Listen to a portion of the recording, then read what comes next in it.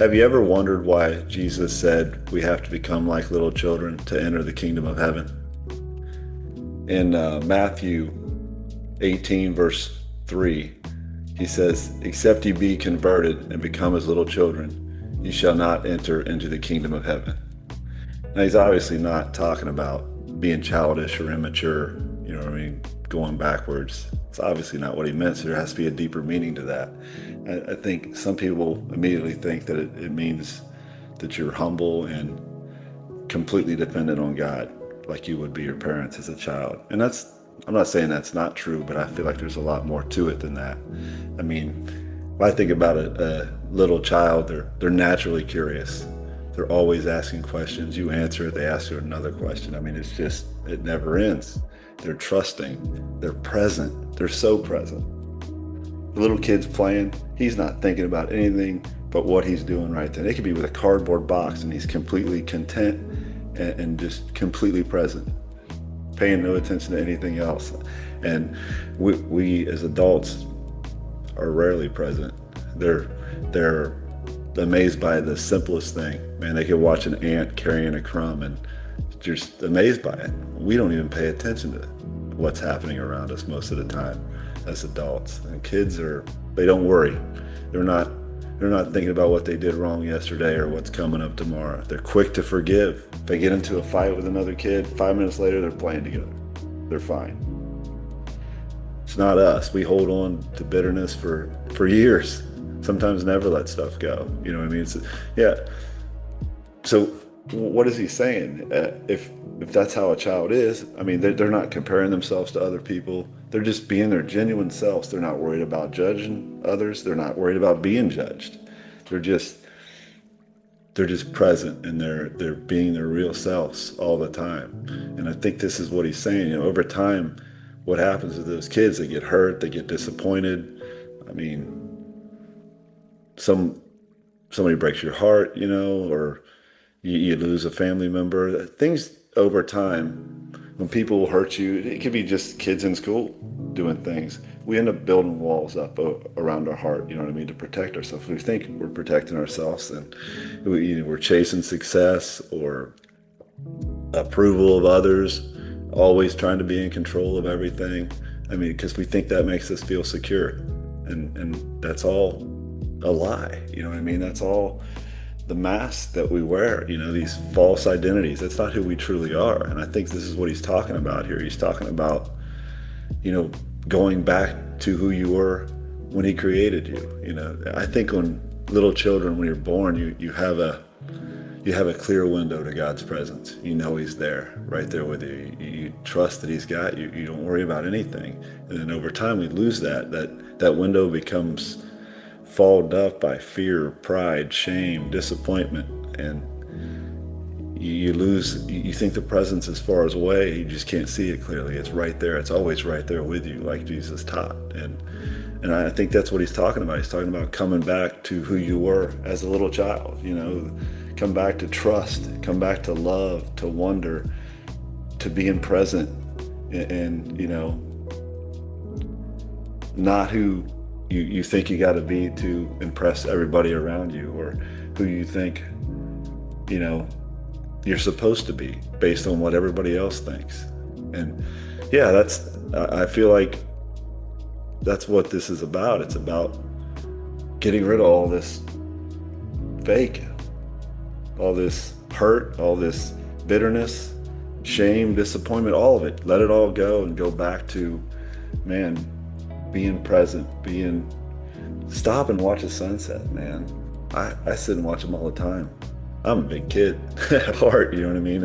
And as we've been on this journey, I have definitely become more aware of that kind of thing, trying to be present in the moment and trying to pay attention to nature and the things that really matter, you know what I mean? And not being caught up in yesterday or tomorrow, like most of us get, you know. And if if we can get rid of all that and get back to who he created us to be, our real self, our genuine self, our present and not worrying and not trying to impress all the time. Yeah.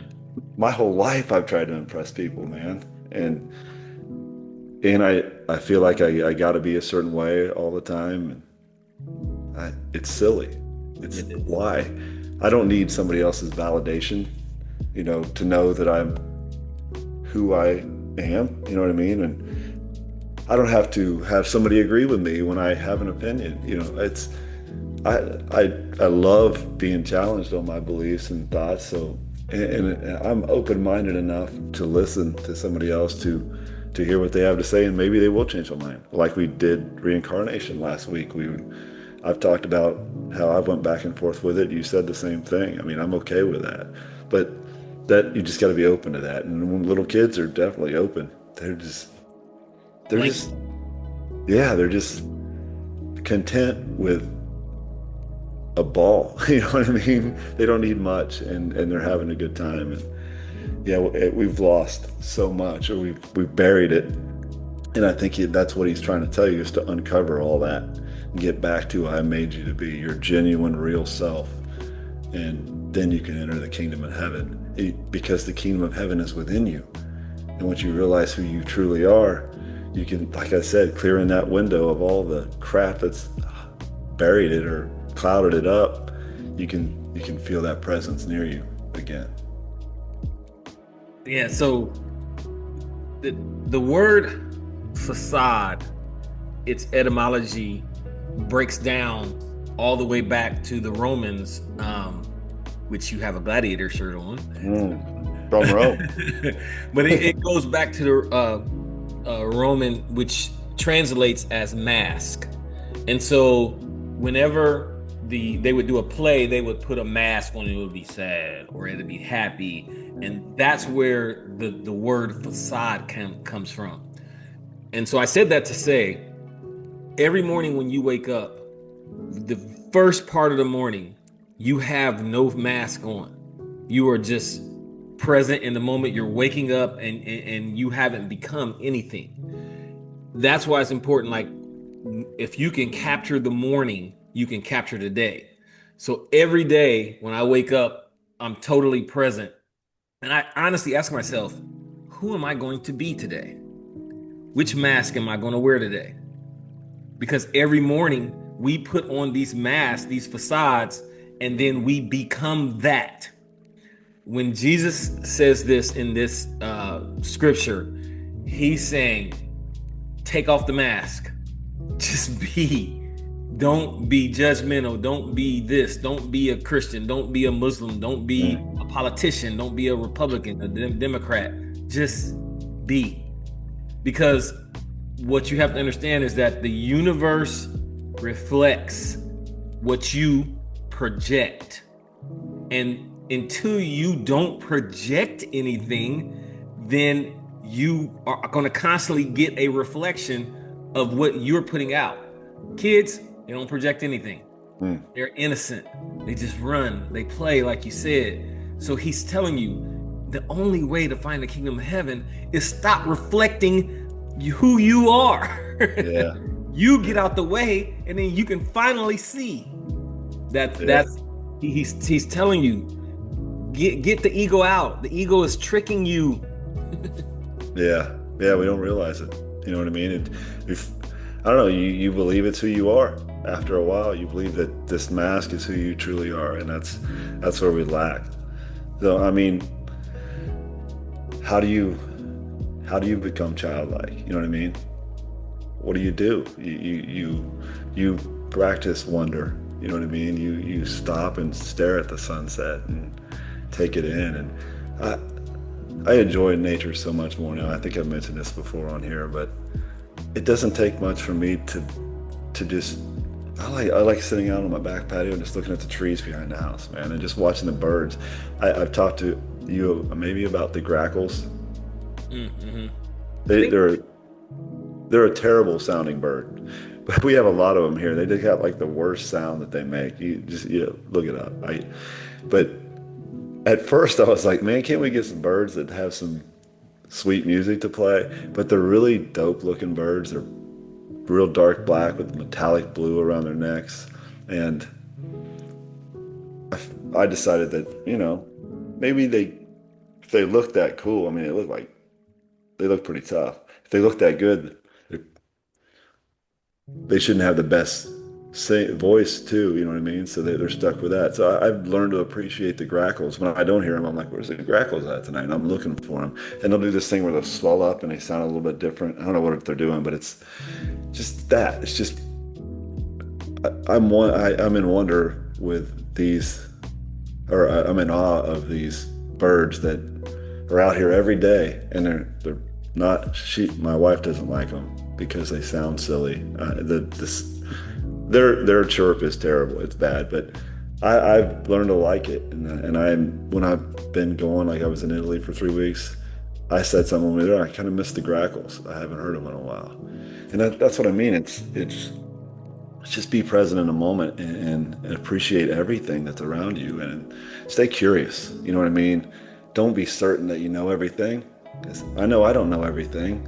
I'm constantly questioning my beliefs. And then that's what this is. That's what we're doing, and live in the present, be present. And if you feel yourself getting caught up in yesterday or tomorrow or some conversation you're going to have or some podcast you got to do and lead for the first time, you gotta bring yourself back to the present. It's get back to your breath and focus on what's around you. I don't know, just pay attention to what's happening right now. So it's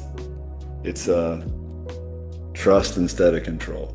Trust that the universe is going to work everything out for you, and it's forgiveness over bitterness.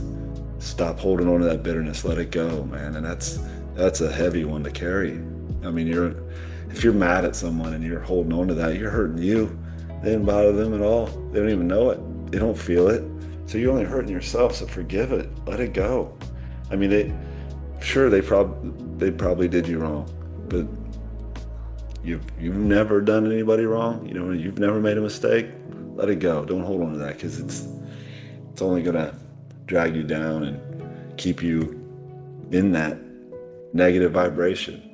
Infuse presence over distraction.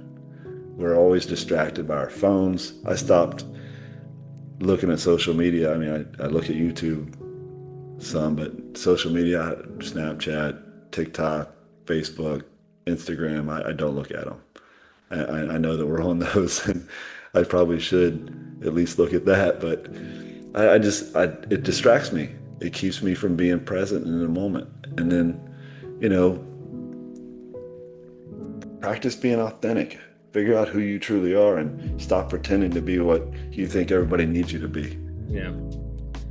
And one thing that I practice as far as being very appreciative of what all nature has to offer is one thing that I did to change my perspective on that is like even the bird you're talking about, the grackle.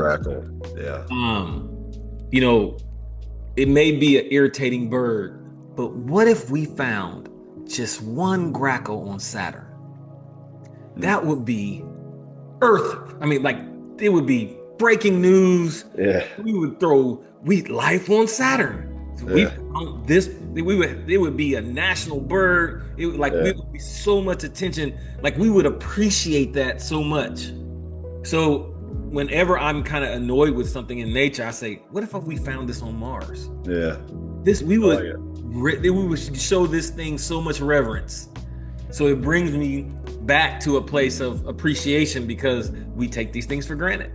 Yeah. For granted. And as far as dropping the self, it's I don't know the scripture by exactly, but Jesus talks about in order to find yourself, you must lose yourself. Yeah. And when you lose yourself, you can finally find me, the divine entity inside of you. So it's all about dropping the ego, dropping Satan, dropping the adversary. It's all about dropping all those things, because we live in a malleable world, and the ego wants to keep us fixed. And being as of little children, you don't worry about time. You don't worry about none of that stuff. Nothing is fixed to you. You just, everything, like you said, is a wonder. You're questioning, like, what is that? Why does that do that? It's just Yeah. amazing. And you're present and you appreciate the spider. It's just little things like that. You appreciate relationships, you trust, and all those things. And now we're not saying be naive, but we're No. saying all these preconceived ideals, all of these judgments, all of these things that you think are due. Knowledge is great, but knowledge can also kill you when it comes to being present. And that's what Yeah. I think that he's talking about in this scripture. Yeah. Absolutely. It's about combining the open heart of a child with the wisdom of an adult. You know what I mean? And not all that other crap. He's not saying become a new person.